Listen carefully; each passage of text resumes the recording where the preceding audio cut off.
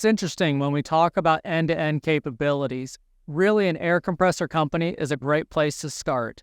While the air compressor itself relies on the supply side, it's really the demand side that people need to understand. By speaking to customers and identifying what are the demands, we learn more about their factory. What are they using air for? What are some of the challenges they have in their operations? And with this, we also can identify, did you know that Hitachi has a solution for? So example, today we're sharing a booth with our coding and marking systems group.